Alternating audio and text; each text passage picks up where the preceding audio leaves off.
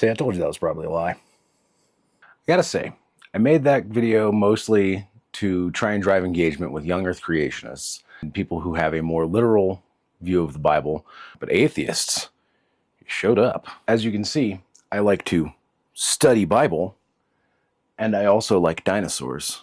These two things are not in conflict. Part of the reason that people who are science-minded and don't believe the Bible have a problem is because they believe that the Bible must be interpreted literally in all cases. The young earth creation idea that the earth is 6,000 years old did not start in Judaism. Mostly picked up steam with the Seventh-day Adventists and Ellen G. White's prophecies. And she said that she saw the 6-day process. I have a hard time with making any claims for things that we can't prove like that. That being said, John Walton has a series of books called Lost World series.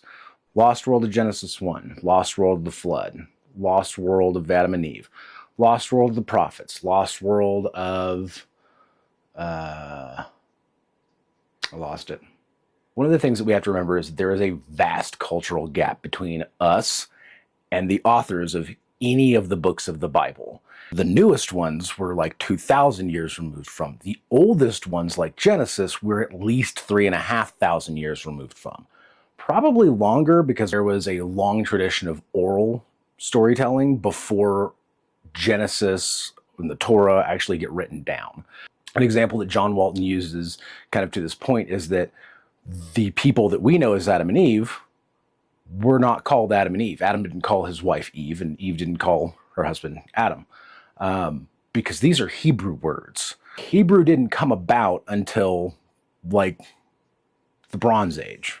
Whatever they were calling themselves was not in Hebrew. May have been a Proto-Hebrew, may have been some entirely unrelated language, because, again, this is a mytho-history, as William Lane Craig likes to say, but really myth is not a wrong word to use. We tend to think of myths as things that are completely made up whole cloth. The more accurate usage of the word implies a tie to primordial history.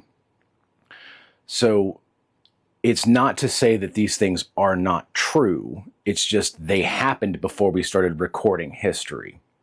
If we go into especially Genesis and especially chapters 1 through 11 with a modern mindset, understanding the things that we do, floating in our cultural river, as John likes to say, we will necessarily misinterpret. We cannot help but take these ideas and these words and misunderstand them. We cannot properly understand them without some level of effort given to try and bridge the cultural gap and the gap of time. While there are interpretations of the Bible that are incompatible with science, and there are interpretations of science that are incompatible with the Bible, I believe that they are both very much compatible with each other, but not if you have deep misunderstandings of either one.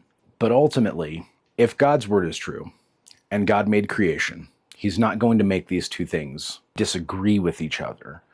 It may take you a little while to see how they fit, but if one seems to be in conflict with the other, then you need to look at how you're interpreting both of these things.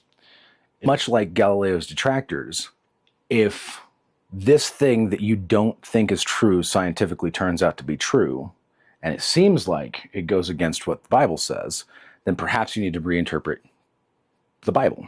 Because we know that the earth is not flat. Don't start with me. And we know that the earth is not the center of the solar system.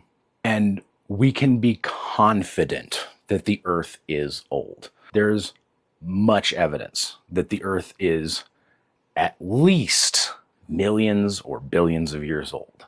But if these two things are true, then perhaps what Genesis is telling us is not how the earth was formed, because that is a question that we would be asking, but is instead telling us the importance of function of the things in creation to humanity and humanity's relationship to God.